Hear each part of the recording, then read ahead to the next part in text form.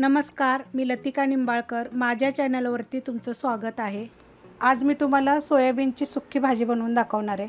ते सोयाबीन बघा, गरम पाण्यामध्ये अर्धा तास भिजत घातलेले, एकदम असं जास्त गरम नाही, हलक्या गरम पाण्यामध्ये अर्धा तास भिजत घातलेले. हे बघा किती चांगले भिजलेले आहेत ते. तर ह्याला बी 2 ते 3 पाण्याने धुवून घेतलेले आहेत. चांगलं दाबून दाबून धुवून घ्यायचं बघा, असं फेस निघतो त्याचा. मग धुवून घ्यायचं चांगलं चोळून. आणि त्याला काय करायचं, हे मोठे आहेत ना, तर ह्याला तुम्ही थोडे थोडे छोटे तुकडे केले तरी चालतात, किंवा असे छोटे पण भेटतात.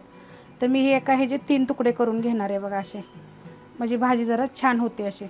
बघा असे एका ह्याचे 3-3 मी तुकडे करून घेतलेले आहेत. आणि 2 ते 3 पाण्याने मी परत स्वच्छ धुवून घेतलेले आहेत. कढई गरम करत ठेवलेली आहे, त्यात आपण तेल टाकून घेऊया. तर 1.5 चमचा तेल टाकूया आणि तेल चांगलं गरम होऊन देऊया. तेल गरम झालेलं आहे, त्यात अर्धा चमचा बघा मोहरी, अर्धा चमचा जिरे आणि कढीपत्त्याची पानं आणि एक कांदा मोठा घेतलेला आहे बघा. जास्त बारीक नाही कापलेला, मोठा मोठाच कापून घेतलेला. तर चांगला लाल भाजून घेऊया.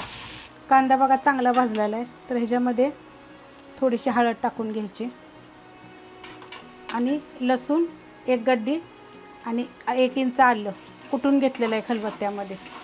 आता हे चांगलं बघा परतून घेऊया आपण. चांगलं परतून घेतलं आहे बघा. ह्याच्यामध्ये एक बारीक आकाराचं टमाटर टाकलेलं आहे. ह्याला पण आपण थोडंसं सॉफ्ट होस्तोवर परतून घेऊया. बघा चांगलं असं परतून घेतलेलं आहे एकसारखं. आता गॅस एकदम बारीक करते, फास्ट गॅसवर आपण हे सगळं केलेलं आहे. आता ह्याच्यात बाकीचं आपण साहित्य टाकून घेऊया. तर ह्याच्यामध्ये बघा कांदा लसूण मसाला तिखटाप्रमाणे घ्या आणि चवीपुरतं मीठ आणि गरम मसाला पावडर 1 चमचा. आता हे हलवून घेऊया चांगलं. आणि ह्याच्यात लगेचच बघा आता सोयाबीन टाकायचं. मी माझ्या पद्धतीने अशी पद्धतीने तुम्ही भाजी करून बघा, एकदम चवीला छान लागते.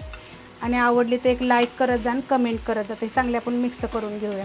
बघा असं चांगलं मिक्स करून घेतलेलं आहे. तर आता हे थोडंसं पाणी ओतायचं आणि एकदम स्लो गॅसच केलेला आहे बघा. थोडंसं पाणी ओतलं की एकदम थोडंसं पाणी ओतलेलं आहे. अजून थोडंसं पाणी ओतूया, म्हणजे 1 कपभर असं पाणी ओतलेलं आहे बघा. एकदम थोडं पाणी आहे. आणि बारीक गॅसवर आपण हे झाकून ठेवूया, म्हणजे शिस्त पण आणि चांगली भाजी बनते. स्लो गॅसवर एकदम ठेवलं होतं बघा, बारीक एकदम 10 मिनटं ठेवलं होतं मी. झाकण काढून घेऊया. बघा भाजी झालेली आहे चांगली. त्याच्यामध्ये आपण कोथिंबीर टाकून घेऊया थोडीशी.